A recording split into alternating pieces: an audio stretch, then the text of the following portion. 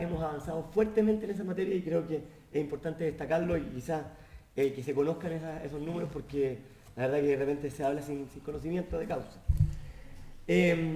Adicionalmente, me gustaría comentar, hicimos un estudio nosotros el año 2010 con la Universidad de la Frontera y con CONADI para determinar cómo era el estado de los predios adquiridos. ¿Ah? Predios que habían sido adquiridos desde el año 93 a la fecha y donde se determinó, por el estudio que lo hizo la Universidad de la Frontera, que solamente un 40% de las tierras compradas por CONADI a comunidades indígenas estaban siendo habitadas. Por tanto, un 60% de predios no estaban siendo habitadas por las comunidades indígenas, lo cual nos llevó a preocuparnos de por qué esas tierras no estaban siendo ocupadas, lo cual había sido muchas veces porque se entregaban tierras sin ninguna posibilidad de habitarlas, porque no había agua, no había luz, ¿cierto? No había servicios básicos, no había vivienda, y por tanto finalmente las comunidades no se cambiaban esas casas. Nosotros estábamos muy preocupados y comenzamos a buscar fórmulas de habitabilidad, con lo cual en el gobierno regional de la Araucanía en particular se generó un programa de habitabilidad de predios adquiridos, por lo cual se coordinó con todos los servicios y todos los ministerios involucrados para poder habilitar de servicios a todas esas tierras que hoy día no los tenían. No había caminos y una serie de otras materias que, por ejemplo, como no había luz, no podía llegar, no había agua, no podía llegar luz, no podía llegar vivienda y finalmente nadie se cambiaba a vivir a esos predios. O porque, por ejemplo, cuando se compraban las tierras, no se entregaban las posibilidades a las comunidades para que las comunidades se pudieran trasladar, que se requerían recursos, ¿cierto?, para que las comunidades hagan la mudanza del lugar donde viven al lugar donde van a vivir. Tampoco habían apoyado, ¿cierto?, a las comunidades en esa materia y por tanto también había una problemática que finalmente redundaba en que solamente un 40% de las comunidades vivían en sus tierras. Adicionalmente de todo eso está el tema de que muchas tierras no necesariamente, obviamente, nosotros no esperamos que todas las tierras se puedan desarrollar de manera productiva porque quizás las comunidades no les interesa en cierta materia desarrollarlas productivamente, y eso lo respetamos, pero las comunidades que sí quieren desarrollarlas productivamente no tenían las oportunidades ni las herramientas para poder desarrollarlas y por tanto también se han generado instrumentos en materia de desarrollo productivo, como por ejemplo el Programa de Desarrollo Territorial Indígena de INDAP, que al año 2010, cuando nosotros recibimos el gobierno, consideraba solamente 3.000 millones de pesos, o sea, 3.000 usuarios. Hoy día, a 3 años lo hemos multiplicado, ¿cierto?, en más de un 700% con 27.000 usuarios, cosa que también ha cambiado, y es un programa específico para los pueblos indígenas para que ellos puedan capacitarse, ocupar instrumentos, ¿cierto?, y también recursos directos para las comunidades. Por tanto, efectivamente, obviamente nos hemos equivocado en algunas cosas, yo creo que nos hemos equivocado, pero también hemos hecho un gran esfuerzo para trabajar en estas materias que se venía de antes. Respecto de tierras, territorios, lo dijo, ¿cierto?, hace un rato Alexander, ¿cierto? Respecto de este tema, yo creo que hay dos conceptos, ¿cierto? Hay unos que son tierras, nosotros hoy día estamos trabajando tierra indígena, es aquella que está reconocida en la ley, la tierra indígena inscrita, ¿cierto?, en CONADI, y adicionalmente está el concepto de territorio, que lo cual nosotros lo linkeamos bastante, o lo conectamos bastante con lo que es el concepto de afectación directa. Cuando una comunidad, un pueblo indígena se siente afectado por una medida, cuando esa medida de alguna manera produce afectación no solamente sobre sus tierras indígenas, sobre las tierras reconocidas como indígenas, sino que sobre los sitios de significación cultural, ¿cierto?, el patrimonio cultural indígena. Entonces, ahí hay una mezcla de otros conceptos que no necesariamente son tierras legalmente inscritas como indígenas, sino que también otros conceptos que se suman que hablan de la cosmovisión de los pueblos indígenas. Y por tanto, bueno, hoy día eso está siendo sometido a discusión con las organizaciones indígenas. ¿Qué entendemos? Porque tenemos que ponernos de acuerdo, que yo creo que es una pregunta muy válida la que ha hecho Alexander. ¿Qué entendemos, por un lado, los pueblos indígenas, ¿cierto?, y por otro lado, el mundo occidental, por decirlo de alguna manera, o el resto de la sociedad por territorio? Yo creo que es una pregunta muy válida y que tenemos que orientar a responderla. Ahora, respecto al protocolo de buenas intenciones, yo sé que quizás han habido muchos protocolos de buenas intenciones y obviamente estas cosas, en la medida que dan resultados concretos, también se muestran los efectos. Nosotros esperamos que esto dé un resultado concreto. Estamos trabajando en conjunto, las organizaciones indígenas que hoy día están sentadas en la mesa, trabajando y que han presentado propuestas propias, no escritas por CONADI, no escritas por nadie más. Ellos mismos las han redactado, las han escrito, ellos mismos podrán dar fe de eso y la verdad que si es que hay algunas consultas que han sido así, la verdad que me parece gravísimo. Le invito a que pueda entregar esos antecedentes formalmente, porque yo no conocía esos antecedentes y le agradezco que los pueda hacer llegar, porque yo no los conocía.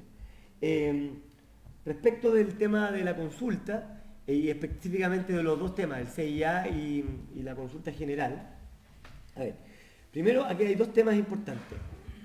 Hoy día la nueva normativa ambiental no contaba, o sea, la normativa ambiental original, la que está vigente hoy día, no cuenta con una consulta indígena. La vigente, la que está hoy día y hace varios años atrás, ¿cierto?, no cuenta con una consulta indígena. Y por tanto era urgente modernizarla y adecuarla al convenio 169.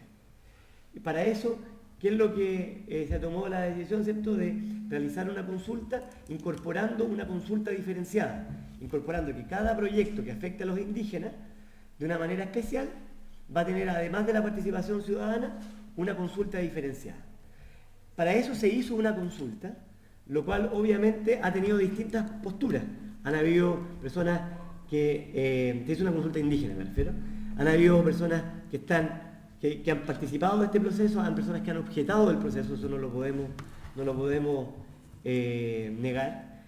Hay recursos de protección al respecto, pero nosotros creemos que ese proceso se realizó, ¿cierto?, de buena manera. Ahora, obviamente, como no estamos de acuerdo todavía en cuál es una normativa de consulta indígena, cualquier proceso de consulta va a ser cuestionado. Mientras no nos pongamos de acuerdo en las normativas generales, cualquier proceso de consulta va a ser cuestionado. Lo que nosotros creemos es que era necesario, ¿cierto?, avanzar en una incorporación de la consulta indígena, pues que si bien esperamos a que tengamos un marco normativo final, va a seguir el servicio de evaluación ambiental sin consulta indígena. Era necesario incorporar una consulta indígena, fue consultada, ha tenido observaciones, no lo negamos, hoy día está en proceso, ¿cierto?, también de trámites legales, pero eso no resta que adicionalmente en la consulta general, en la nueva normativa general de consulta, en su artículo número 5 de la propuesta de gobierno, establece que los proyectos de inversión se consultan en el CIA.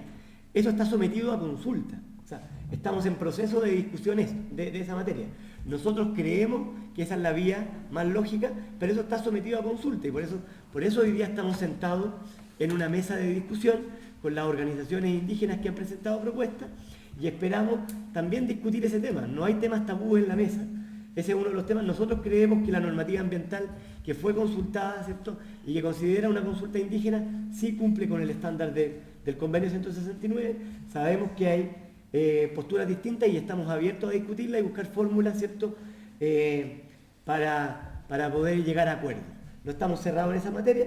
Adicionalmente, nosotros sí, efectivamente, sabemos que hay observaciones respecto de la consulta general, pero también creemos que es un proceso que se ha dado libremente, que hay organizaciones que están participando y han generado sus propias propuestas y que nosotros también respetamos a esas organizaciones.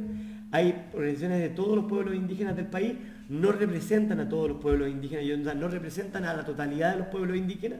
Creo que también es una ilusión, ¿cierto?, esperar que todos estén de acuerdo con todas las cosas, pero creo que hay que valorar también que hay organizaciones que han trabajado intensamente y que han hecho un trabajo propio, interno, con sus propias asesorías, con sus propios desarrollos. Y esto quiero ser bien directo, o sea, ellos nos han pedido, por ejemplo, contratar abogados. Nosotros no hemos cuestionado ni siquiera el nombre del abogado. Se le contrata al abogado, ¿cierto?, de acuerdo a lo que ellos plantean. Ellos han presentado propuestas, han hecho talleres, nosotros no hemos participado de ningún taller. Ellos han hecho los talleres. Y nosotros ni siquiera hemos ido, solamente hemos hecho la logística. ¿Por qué? Porque sabemos y aprendimos de la lección que tuvimos el año 2011 cuando comenzamos esta consulta, donde hicimos los talleres, y los talleres contaron con oposición por parte de las organizaciones indígenas, porque lo estábamos haciendo nosotros, y por ejemplo a mí me tocó ir a exponer a Cholchol, y obviamente me bajaron los tapones del lugar donde yo estaba exponiendo. Nos bajaron los tapones y nos pidieron que nos fuéramos. ¿Por qué? Porque la consulta estaba mal hecha, y yo reconozco que hubo un error ahí, ¿cierto? Y no solamente en Cholchol, nos pasó en muchos lugares. Me tocó ir a Rapa Nui, ¿cierto? En Rapa Nui nos dijeron que teníamos que ir a hacer la consulta en el idioma del pueblo Rapa Nui. Y por tanto, finalmente se tomó la decisión en conjunto con el pueblo Rapa Nui, que nosotros íbamos a presentar la propuesta, la íbamos a traducir al Rapa Nui, pero eran ellos mismos quienes iban a discutirla e iban a asesorarse al respecto. Por tanto, yo creo que, si bien nunca quizás vamos a lograr el 100%, pero se ha hecho un gran esfuerzo, y eso creo que un gran esfuerzo, ¿cierto?, para trabajarlo en conjunto con los pueblos indígenas. Lo estamos redactando en conjunto, un reglamento, un borrador que nunca se había hecho redactar en conjunto, lo estamos redactando letra a letra. Obviamente hay temas que no vamos a llegar a acuerdo, probablemente, y hay que buscar la fórmula de buscar alternativas para llegar a acuerdo. Aquí no es imponer ni la propuesta del gobierno ni la propuesta de los pueblos indígenas, sino que hay que buscar consenso. Hay propuestas de un lugar, de un lado, la propuesta de otro lado, y la búsqueda de acuerdo va a resultar en una propuesta, la propuesta A, la propuesta B, va a resultar en una propuesta C probablemente, y que va a ser mejor que ambas, la propuesta A o que la propuesta B. Finalmente también, yo quiero comentar también un tema importante. Hay cosas, yo estoy de acuerdo que quizás hay cosas que se han trabajado y que no vale la pena